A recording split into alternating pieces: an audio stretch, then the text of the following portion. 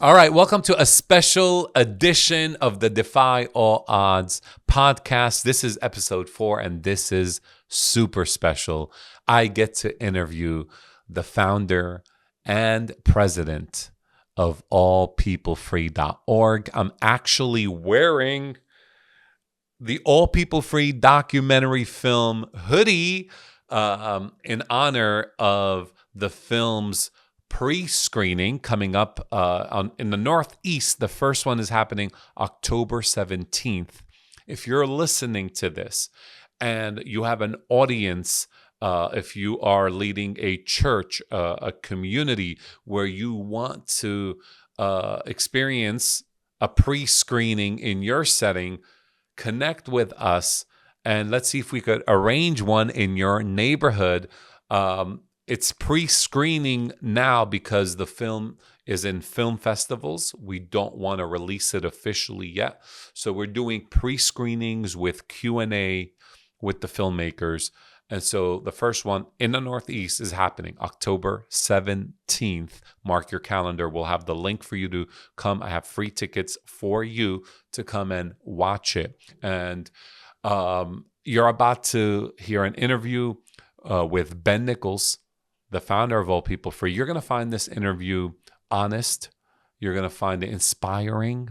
You're going to, it's so real. We have a heart-to-heart conversation about why he got involved with a nonprofit, why he committed his life to this work, the danger. We speak of that. We talk about the financial accountability that is required for people to get behind a man like Ben, for me, for Duda, for our people to get behind a man like Ben. We need to know that he is a man of integrity. You're going to see that in this interview. I hope that it inspires you, it excites you, and it causes you to move with compassion and take action and do something about modern slavery. This is a special edition of the Defy All Odds podcast. Enjoy it. Ben, welcome to the Defy All Odds podcast. What an honor to have you with me, to have a conversation.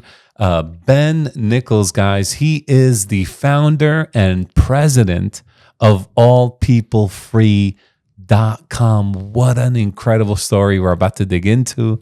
And so, Ben, why don't you introduce yourself a little bit? Tell us a little more about yourself and what you do at All People Free. Sure. Issa, first of all, thanks. I'm a huge fan since the first time we met a couple of years back. And it's been so great getting to know you and learn more about Unshakable Productions, about your Defy All Odds podcast and some of the stuff that you've been doing. I'm the founder of All People Free. It's an organization dedicated to helping the largest segment of humans that are being trafficked in the world. So there's around 50 million humans that are trafficked today. And of course, that number is an educated guess because we don't know the exact number. 25 million of those people are in a form of trafficking called bonded labor or indentured servitude, where they take out a small debt for maybe a medical need or any variety of things. And then they get entrapped into this system where the person they take the loan from will have a really high interest rate and will pay them a really low wage where they're never able to repay it. It becomes a generational cycle of debt. So you have children that generationally are working in clay brick making factories. So of the 25 million people in bonded labor, 20 million are hand making clay bricks. So we formed an organization that is helping those people. And today we have a little over 100 employees in the Middle East and Asia. And we have around 30 programs, serve around 3,000 people a day, educating, liberating, and investing in technology to help bring sustainable change. That is crazy. And I want to hear a lot more about what you're doing in the Middle East and Asia. But before we go there, I just want to ask Ben, what inspired you to quit your job and go all in on missions like this and tackle these radical issues that are happening in the world today? Well, there's a long answer to that. Yeah. Of course, there's a lifetime of an answer to that. But short answer is, something inside of me said I couldn't sit on the sidelines anymore. Something inside said it wasn't just enough for me to contribute financially to causes that I did believe in, which I've always done, but that I needed to actually put my skills, my talents, my relationships into full force to help these children. I'm a dad, and I'm a human first, I'm a human, and I understand suffering on my level, but I'm also a father, and I see these kids that are enduring and living in a way that they shouldn't be. And so if I can do something to help ease their suffering, I wanted to do that. So what year was it where you just quit your regular, and you were in mortgage? I want to understand, right? Yeah. I've been actually in a variety of different things. I've always been a bit of an entrepreneur. So I've been in real estate investment, financial investments, and that included managing, a $20 million a year company and helping negotiate contracts with vendors. There were $6-7 million contracts with vendors. So I had some experience and background with larger, I would say larger partnerships and things like that. So when I saw this issue, of course, this is much bigger than what I was doing, but I saw how some of the mechanics of what was involved in helping these children. I saw some of the systems of what was required to help these children. I could see it translate from what I was previously doing in the financial world and in the business world, in the management world, and the negotiation world. I could see how that translated into this. Yeah. So did you just in 2018 go all in full time, or at what point did you start part time, Sure. volunteering, and then? Great questions. All great questions. So yes, I went part time initially. It took me 2 to 3 years to move out of my existing obligations. The thing that was most difficult for me was to leave all of the things I had started previously. So I had said in 2018, I'm all in. I committed to the cause to be full-time, but from actually making that commitment and saying I'm full-time to getting out of my previous obligations, it took me about 2.5 years. So it was shortly after COVID that I finally went all in. Yeah. Well, I was already all in. You got to understand my personality. I'm super driven. I'm super addictive by nature. So if I say I'm all in, I'm going to give it 110% on whatever it is. But at some point, you had to say, I can't do both. I'm going to lose my mind. No, I said that in 2018, but it wasn't until 2021 that I was actually able to cut ties with everything and move forward. That makes sense. That's bold. That is bold. There's people that are watching and listening, saying to themselves, I want to do missions. Sure. I want to make a difference in the world. But how do I do it? Where do I start? I want to contribute. What do I do? And what kind of advice would you give someone who wants to contribute in that way? Well, I'm a pretty practically minded person. So I grew up with parents who they committed their lives to what they believed in. And they made a lot of sacrifices to travel the world and help people. So I had a little bit of a model with my parents and seeing them sacrificially live in a way that was to benefit other people. But I'm practical, so I would say get some things in order so that you can do that. And I worked really hard for until I was about 35 years old. I worked really hard and I worked intelligently to try to set up some financial systems and some cash flow systems so that I was able to do what I felt like I was supposed to do without relying on people making donations every day. So yeah, that's good. That was a necessary part for me. And your parents leave a positive example, or a combination of positive and some things you're like, I don't want to be like that. Well, that is why I say I think practically, because it was a combination of things. We probably went without a few times when we didn't need to go without. If my parents had done a few things differently, I think it could have been easier on me as a kid. So there were many times as a kid where, I was buying my own food at the only for a few years, but there was a handful of times where I was buying my own food, and I was How old were you? 14, 15. 14. Going to the grocery store, Yeah. doing the grocery shopping Yeah, for the whole house. Mom saying, "Hey, can I borrow some money from you?" And I was mowing lawns and doing things to try to save money, and my parents had to borrow a couple $1,000s from me on multiple occasions. I'm not saying my parents didn't provide; they did. They were great, but that definitely left a mark on me, where I wanted to get myself in a different position, because I had this idea that maybe my kids didn't have to just suffer for me to do what I felt like I was supposed to do. So I guess that you could say it kind of put this entrepreneurship mind inside of me at a very young age to create economic systems that are going to empower me to do what I feel like I'm supposed to do. So I used real estate to do that. Yeah, that's good. I'm in real estate, so you're talking my language. Yeah. And so you were able to set up some rental cash flow. You got it.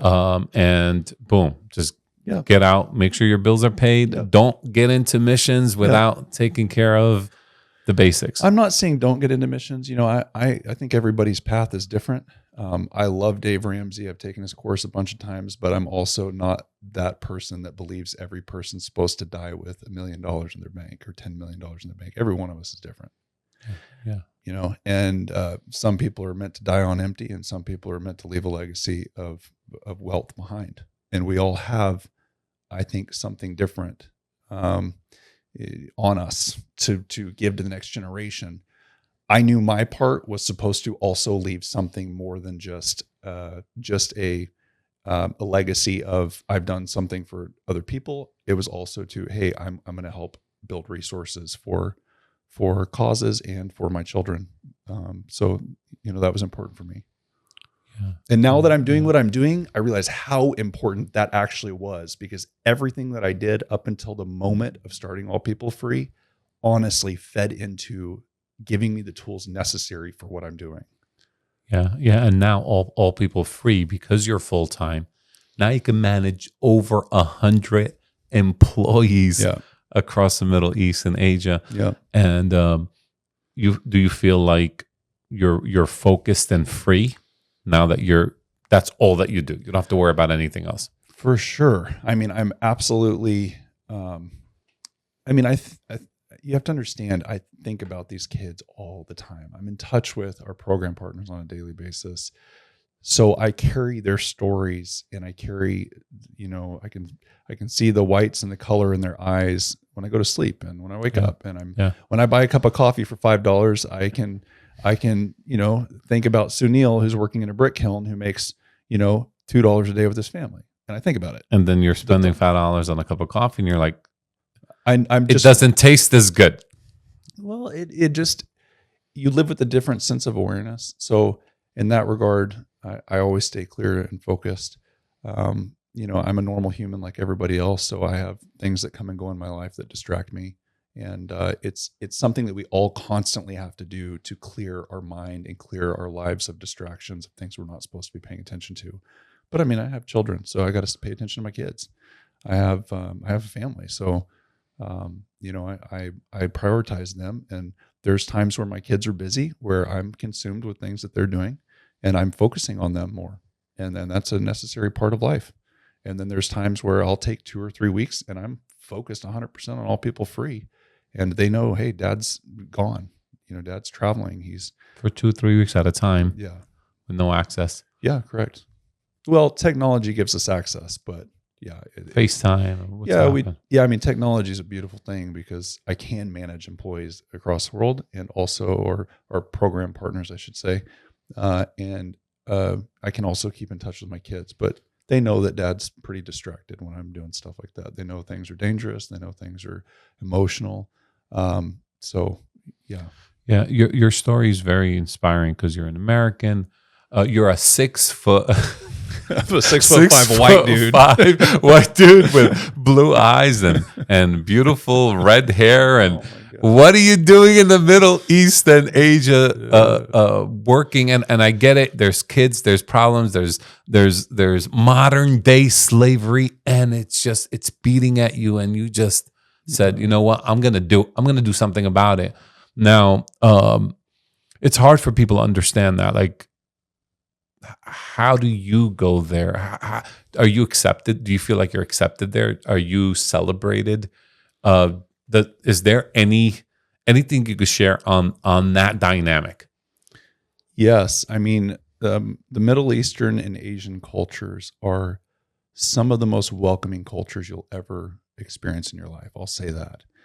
I had no idea, because the news can often paint such a dark and gloomy picture of Islam or of Hinduism, or of, they can paint a picture of, look at these radicalized people or this or that. And as a white person living in America, and you're seeing that on the news all the time, you can think, oh, that must be what it's like. Then you go there, you meet these people that are like, please come eat at my table. Please come join us.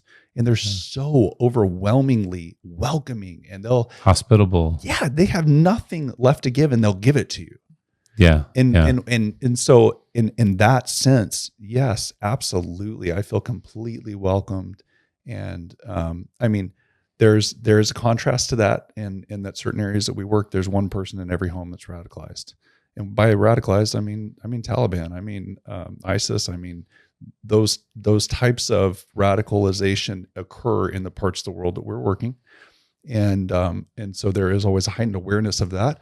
But that's not to say that that's everybody, and there's still such a warming and welcoming part of the culture that I absolutely, I absolutely feel.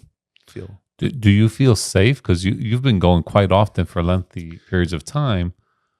I naively walk with a level of security.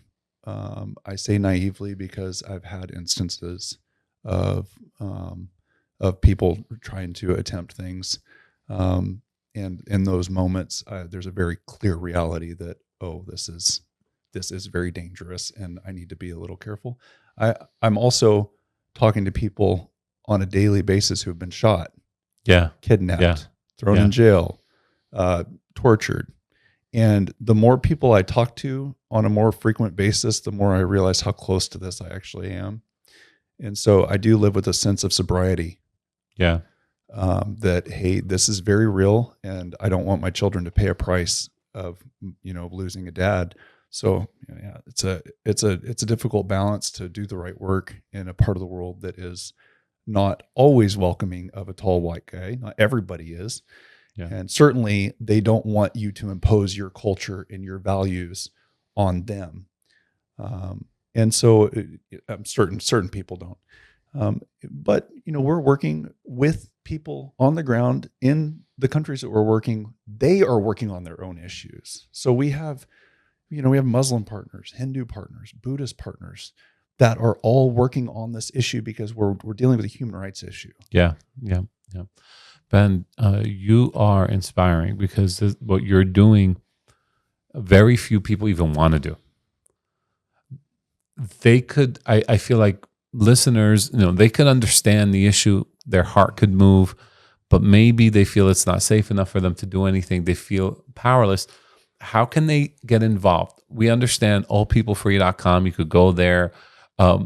Besides donating, besides cutting you a check, what can someone do to support the work that you're doing? Because they may not have what you have in you to actually get on the airplane and go. A couple of things I would say that, first of all, foreigners do have to be careful on how they get involved in this. And I did not forcefully work my way into starting All People Free. It was something that I was invited into with people from the actual countries that were saying, please, can you join what we're doing and help us in your part of the world get the word out for these young children and women that are suffering. So I'll say that it's important that foreigners do be careful when they're meddling into to other countries and other cultures, and I walk with that awareness constantly. So I'm always listening to the advice of the people on the ground and trying to follow along with what they suggest when it comes to our programs.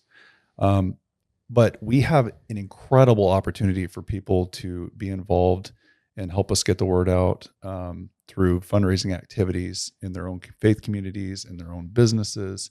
And you can go to allpeoplefree.com and learn different ways that you can do that. But, you know, we've had a young 12-year-old girl that raised $3,000 in Seattle just by talking to her community about what was happening. We had an artist in Yakima, Washington, create a mural, and she ended up taking it to a number of churches, and she raised like $80,000 over the course of 6 months just by getting her community involved in doing these murals. And then recently, we've begun collaborating with Duda, the artivist, and we're getting ahead of ourselves with this, but I'm so curious. Well, you're asking how people can get involved, and we're collaborating on an art project where people can actually purchase a piece of a art installation that is going to be a global movement of change. It'll represent a global movement of change and liberation and freedom for people who are working as bonded laborers, and we're going to be releasing this piece of art simultaneously along with a documentary on this particular issue. Yeah. So now that you mention it, let me just ask you some hard questions here. Okay? Here we go. Okay. So I met Ben, for those that don't know, in 2022, right? Ben, we met in New York, thanks to your dad and your mom, actually, that insisted we meet. Yeah. So we met, and then like 7 months later, you had this trip to that part of the world, and I said, I want to go. I want to see what modern day slavery looks like. Yeah. With my own eyes. I want to understand this thing. And so we go. And those 8 days till now still feel like a blur. You get a little dizzy.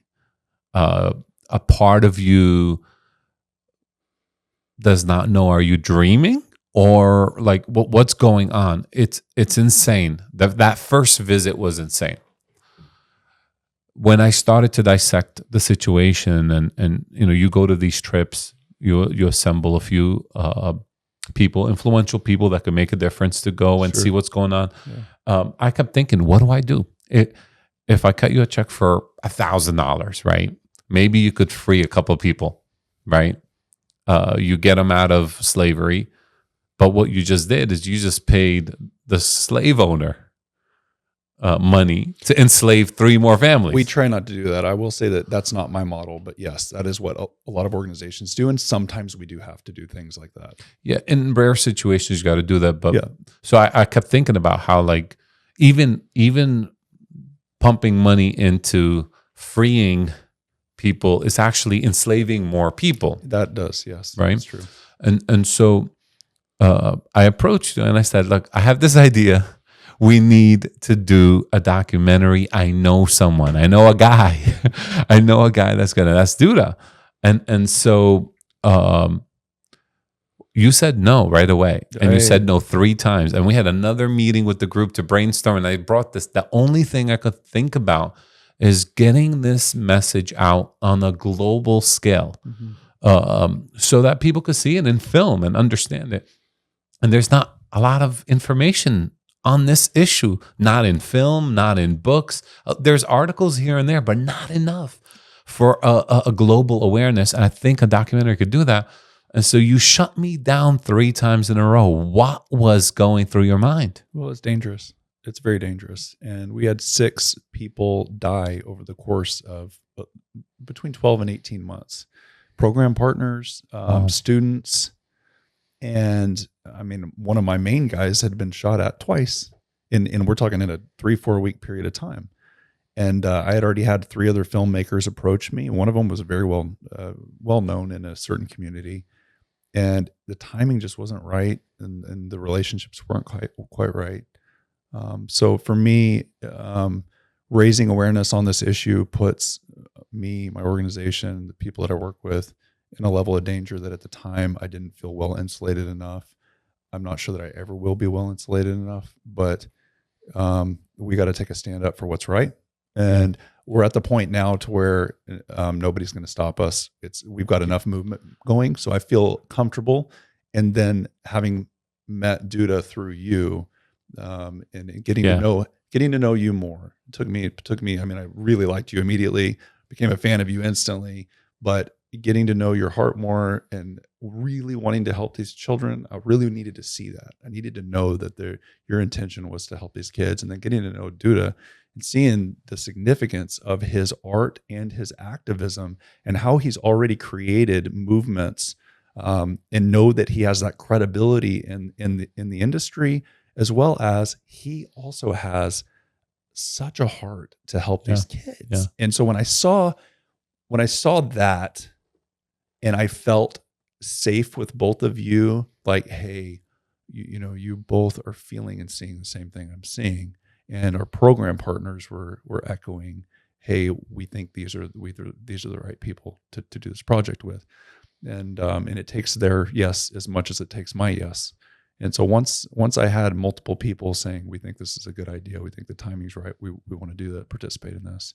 Ultimately that's what led me to yes. I'm glad I invited Duda, because the second trip was 2023, and I'm like, I can't convince Ben, but if I invite Duda, maybe Duda's convinced, maybe Ben would be convinced, and so Duda joined me. Other awesome people. That was an incredible trip, an amazing group. And I have we build a bond with this group, and the other group, the first group as well.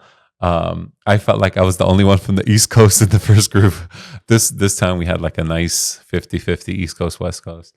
And now you're open to this documentary, but you mentioned something, and I want you to tackle it a little bit. There's people that want to do this for the wrong reasons. Oh, yeah. So talk about that, because there's like abuse in the things that appear like they're happening, the good things. There's some kind of abuse that's constant, and the people are aware of it and suspicious of it. So can you elaborate on that? Oh man, unfortunately, when it comes to human trafficking, when it comes to human suffering, there's always money attached to it. And where there's money, there's going to be people that have the wrong intention and use the money wrongly. I mean, I don't know how else you say that. And, I could list at least 10 other organizations working in the same country on the same issue that we're working in that are not working properly, that I know they're raising far more money than we're raising. They're not doing the right things. They don't have the right programs on the ground. They say they do, but it's not happening. And even when I showed up, my predecessors had been working in this space for 11 years, and they wanted to hire me to do this. And then eventually we just mutually agreed, hey, they're going to actually support me, and we're going to start something different, because this is a humanitarian issue that needed a bigger footprint and presence than what they had with their work. And we needed to expand our partnerships to include accountability and financial structures that were going to properly use money to make sure the right things were actually getting done on the ground. So for me, I was putting right off the bat, I was putting my own money into this. I was one of the largest financial contributors for the first 2 years, and I contributed back, more than what I was paid out of the organization, and fundraised for my own income separately, and all of these things. So for me, how I handled the money, how I handled my friends' money, my family's money, it was really important to me. Yeah. And financial integrity is important in that space. Can you tell us a little bit more about how your organization is rated? Because I know that you operate at a whole nother level when it comes to finances, and people could see that. Where can we explain to us how it's measured? What are the things you got to do to protect the integrity of your organization financially? Sure. I mean, like every nonprofit has a board that sees all the finances. So that's pretty normal. Nonprofits' financials are public information. Ours is is simple but complicated. I require everybody in country partners to give a financial account of every dollar that's donated and spent. So when we do a program with them or when we're using money, I have miles long spreadsheets, receipts, all that kind of stuff showing, hey, this is what's happening with the money over there. It's not really all required. But is there a mechanism? Is there a website, a mechanism that measures these things and rates organizations? I mean, we use GuideStar. We're a platinum member with GuideStar. What does that mean? It means that we have to submit audited financial statements and put up some accountability. That we show the program improvements. We have to have some auditing in country of our actual programs. How many students do we have in our programs? Things like that. How many teachers do we have from year to year? So it's a difficult thing to keep account of all of these things because we're working in a lot of countries where it's mainly cash systems. Like they don't use electronic funds, so it's cash payment systems most of the time. But we've had to transition to electronic funds, and that's painful because a lot of the teachers that we're working with in these really rural areas, they don't have bank accounts. Yeah. So it's not a simple thing. It requires a lot of on the ground presence, and that's why we're traveling there all the time, and that's why myself, my board members, and program partners are constantly having to go follow up in person because it does require constant accountability. Yeah. But that's important because you mentioned earlier, we were talking about how there's some people doing the wrong things. Sure. They're hijacking an issue for their personal gain. Yep. And so I assume for these type of organizations, they don't have this platinum level they can have. They can. Okay. All right. So like not really to insulate. Let me give you a breakdown. So like there's an organization that has set the standard out there called Charity Water. And they have reinvented fundraising for nonprofits and how not just fundraising for nonprofits, but how money is used in nonprofits. They have what they call a 100% model, and it's phenomenal. Where they say, hey, when you donate $1, your dollar is going to go toward this program, and they fundraise for their administration separately. I love the model. I think it's phenomenal. I'm not sure if it's duplicatable for everybody. It's not duplicatable for me in this space, because I can't tell everybody everything we're doing because we're working in areas where it's not safe for me to share all of our programs with you. That makes sense. Yeah, so makes sense. It does get difficult. So what I say is hey, 90 cents on every dollar that is donated will go toward the programs. People can select a program. And guess what? 90 cents of every dollar for that program selected goes toward that program. Then I have other donors that write larger checks. They're unrestricted funds. So when somebody makes a $50,000 donation, the first thing I say is, do you want to have this assigned to a program? 90% of the funds will go toward that program and 10%, or do you want this to be an unrestricted donation so we can use this as we need to? They'll tell me very quickly, oh, it's unrestricted. It's fine. Use it as you need to. We trust what you're doing. And so that's how we've operated. And I can say that our unrestricted donations have always way surpassed the need. And so the unrestricted donations have gone most of the time back to programming. Yeah, and we're having this conversation because it's hard to trust people to do big things because of motivation issues, right? Yeah. But we're here now. Yeah, sure. Right, we're here now, and so after the second trip we make, 2023, Duda comes. I practically begged him to come. He's done several documentaries. Every documentary he's done won an award. He's phenomenal. And I said, Duda, like this, you will win an award. But this is an award-winning situation, and it needs an award-winning director. It merits awards. We need these kids. We need the voices to be heard. Yeah, and so when we left, he's like, Issa, I'm convinced. I'm gonna do this because I don't know what else to do. Mm-hmm. So me and him got on the same page. Then suddenly you had this shift, like, okay, let's go. What do you need? What do we got to do? And we started having these series of meetings. And for the last 7 months, we've assembled this pre-production for this massive thing we want to do. And so, and we'll talk a little bit about it now. But I really want to dig on the issue and what's happening. And I wanted to give some more clarity. So. The film, well, one of the things we decided to do immediately is we want to crowdfund for this film.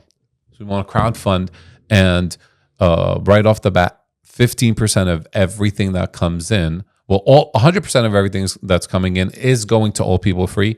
15% is staying with All People Free. That's awesome. The other 85% will go to filmmaking and all the things associated with pre-production, production, etc., post-production. And you agreed to these things. You've opened up your schedule. You've altered drastically, even to be here. I know red eye flight, boom, boom, boom. All these things you have to do today, and tomorrow you get up, take a flight, hit 8-9 countries, come back in a couple of weeks, see your kids. You are doing some remarkable things, and so. I want to hear some personal stories of the kids that are impacted, because you go to sleep thinking about them. Mm-hmm. You think when you're buying that cup of coffee for $5, that bothers you. Mm-hmm. You have this struggle. Tell me, maybe you don't have to tell me names, but give me stories. Who do you think about? What are their issues? There's one thing you said before about birthdays. If you could bring that up, explain the whole birthdays that don't even exist. Yes, these kids they're born into obscurity. Okay, they're voiceless most of their lives, and they've inherited this generational debt that they don't even know how much the debt is. They don't know when their birthdays are because they're just born in the brick kiln. This is one of the highest infant mortality rates in the world. One of the highest mother childbirth death rates in the world. This is one of the most horrific environments that a child could grow up in and live in. They don't have identity cards, so they are often not even residents of their own country. They're not recognized as citizens of their own country. That's insane. It's nuts. That's insane. It's really mind blowing.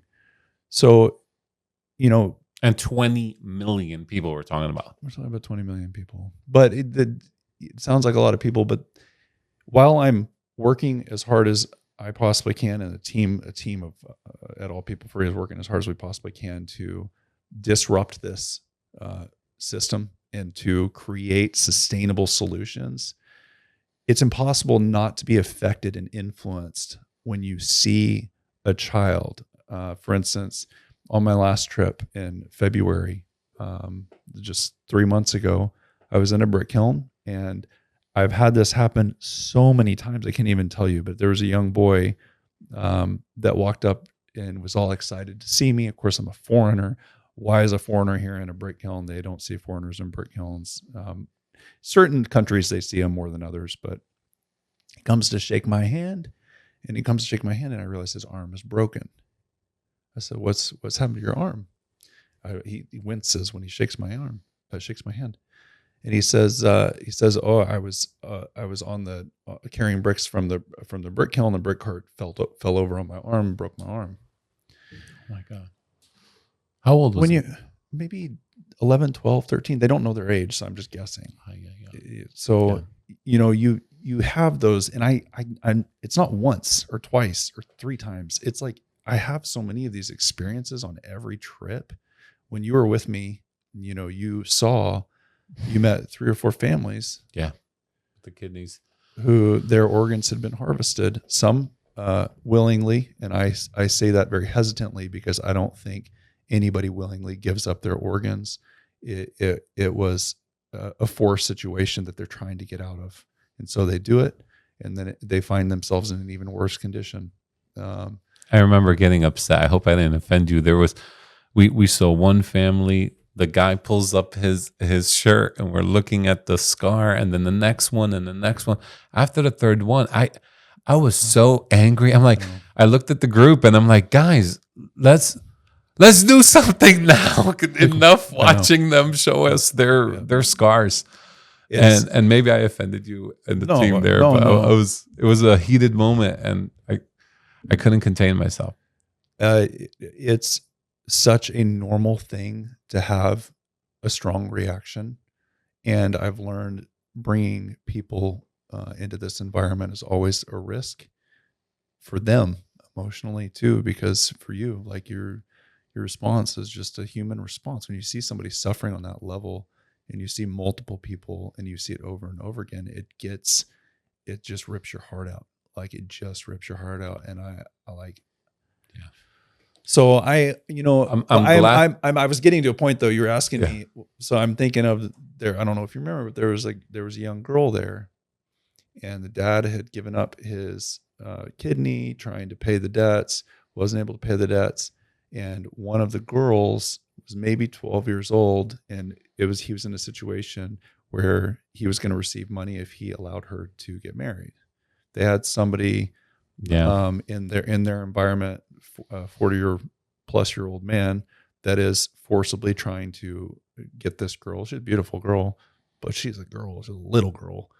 I mean, younger than my daughter. And he's forcibly trying to get this girl. And I'm having to convince her dad not to let this girl get married. And she's begging her dad to come and live in one of our restoration homes where we can give her an education, where we can help her. She's begging her dad in front of us. I don't even remember this situation. Yeah. These things. And I don't remember her name exactly. And I apologize for that on this podcast. There's a lot of kids' names that I do remember, but because we're helping so many people. And maybe we don't want to share her name. Anyway. No, probably it's not best to share all the situation, but I can't forget the situation, the conversations, the stories. I follow up with them. I'll see her again. I'll see, we do intentional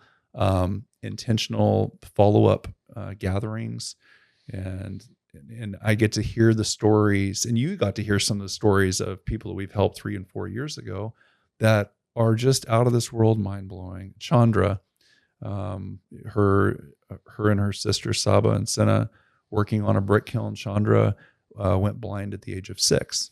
Yeah. Their dad died. Their mom was sick. So we have a young girl who, due to malnutrition, due to air pollution, due to lack of clean water, due to lack of medical treatment, is suffering, and she is blind. She's in addition to that, she's suffering from other medical conditions. We have Senna, who is suffering from medical conditions. So she is in a forced sexual relationship just to get out of the brick kilns. She's working in somebody's home as a maid, but that is often a cover. It's a cover. And then we have Saba, who's also a very beautiful girl, and we've got somebody that's trying to force her into marriage.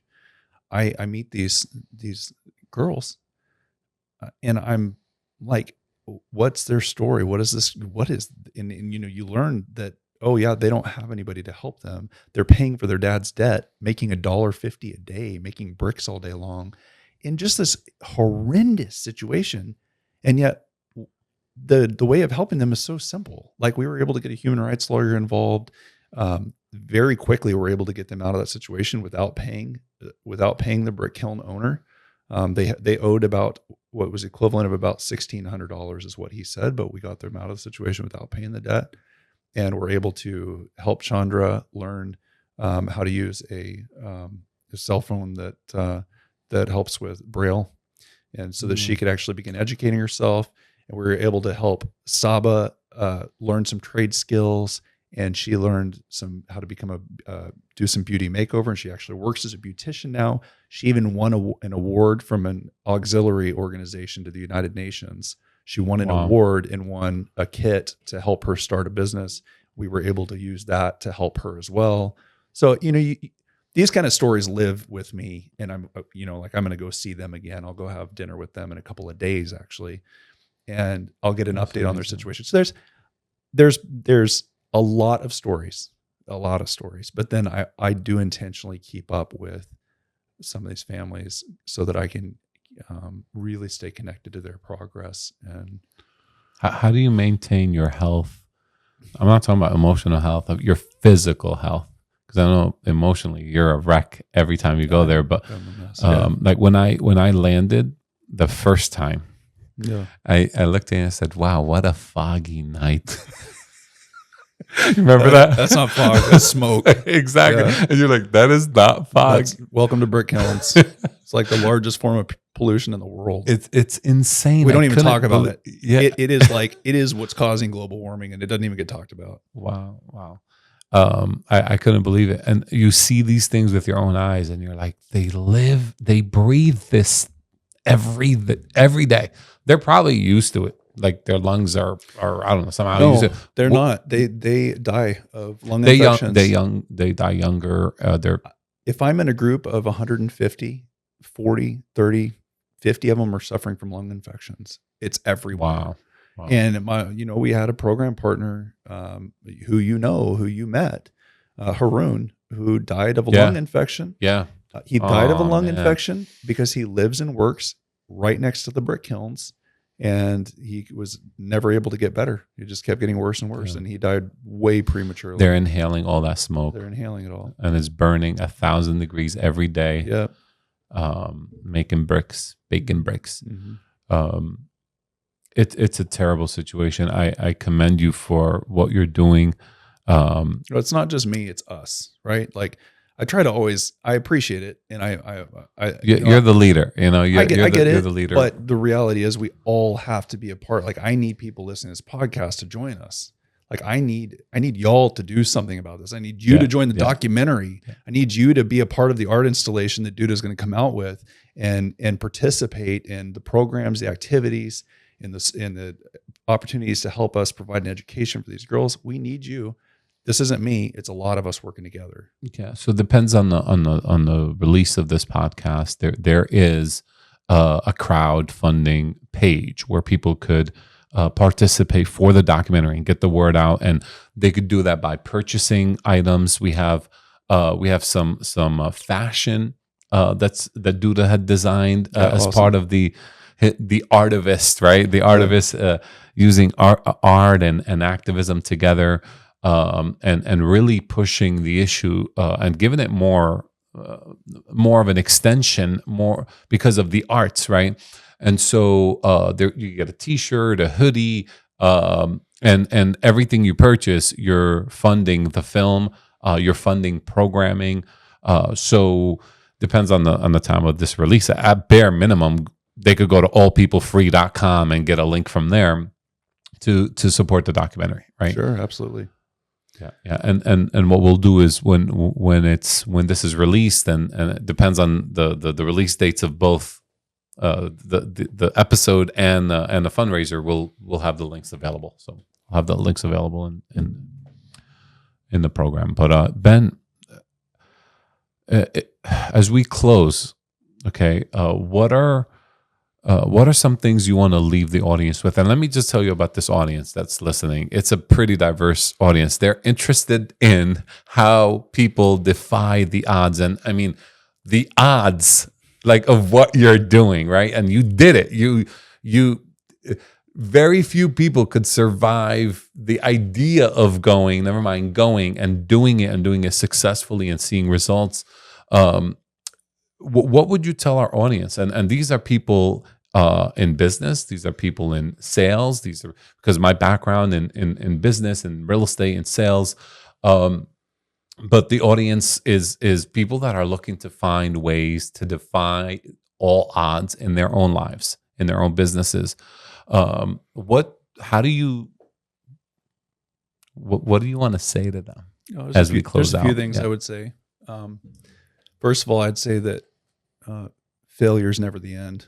It's just a learning point, right? Like you just got to get used to failure. You got to get used to making mistakes, getting back up, trying again, making a mistake, getting back up, trying again, and failing forward, like the slogan John Maxwell, leadership author, so famously has coined.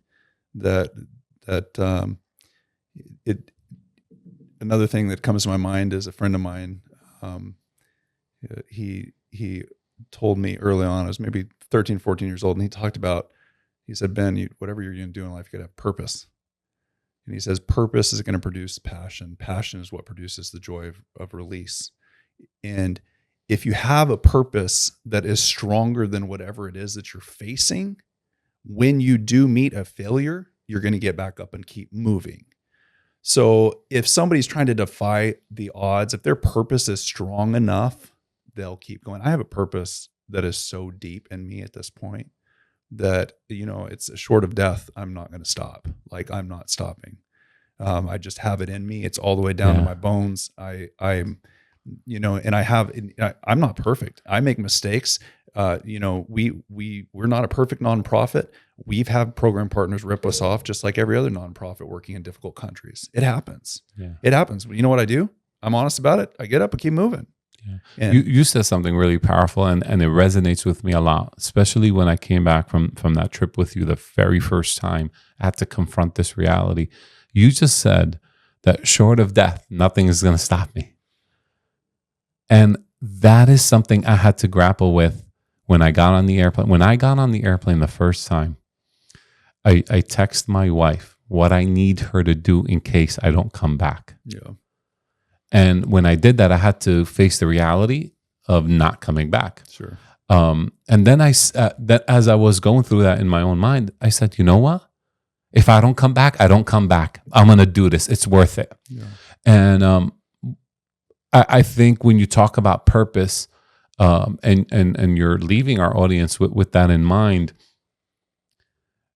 if your purpose is not worth dying for, that it's not your purpose. Yeah. Right. So how do we rediscover what our real purpose is? Sometimes we think, we're living a purpose, but we're not willing to die for it. I think you had to face that because you're talking about death. Like, if I die, I die. I'm going to fulfill. I'll say I don't actually take that lightly. Like, I've had a lot of scared moments in my life in the last 5 years. I've had a lot of moments where I've had to really grapple with that closely, and emotionally, I'm still a mess. Like, this has messed me up. Like, this has left some mental and emotional scars on me that I don't know if they ever go away. So I'm not saying I have it all figured out. I'm just saying that, when you talk about defying odds specifically, and what I am doing is working against the odds. Yeah. My purpose is deep enough that I'm going to keep pressing and keep at it, regardless of what obstacles I face. I'm going to get back up. Why? Because there's children that need me to get back up. And why? I'm capable of getting back up. They're not able to get it back up on their own. So that's what's driving me, is I'm thinking about my own children. My own kids need me to be a dad. These kids need me to show up and use my voice. They need this documentary to help get the word out so that they don't have to suffer another generation. Do you feel that you could lead a generation of volunteers, of people that are hearing this and signing up to support the documentary, that this documentary work that we're going to do to bring exposure, is this going to help you defy the odds and take this system down of modern day slavery? Is that the goal? Absolutely. Issa, we're in this together, right? We're here in a podcast in a room with several other people, and it's not just me. It's a team of people that are supporting this cause. It's incredible people like Fatima at the Bonded Liberation Front. So there's a lot of quality people and organizations that we're working alongside on this issue. And absolutely, we need people to volunteer. We need people to donate. We need people to spread the word. And we're going to see this thing change. Ben, I know your schedule is super tight, and I wanted to say thank you. Thank you for coming out, making room for this. And what a pleasure, what an honor. Good hanging out with you. And great doing this type of work with you. I wouldn't want to do it with anybody else. So thank you, Ben, for all that you do. Hey, appreciate you. Thanks so much for the opportunity. My pleasure.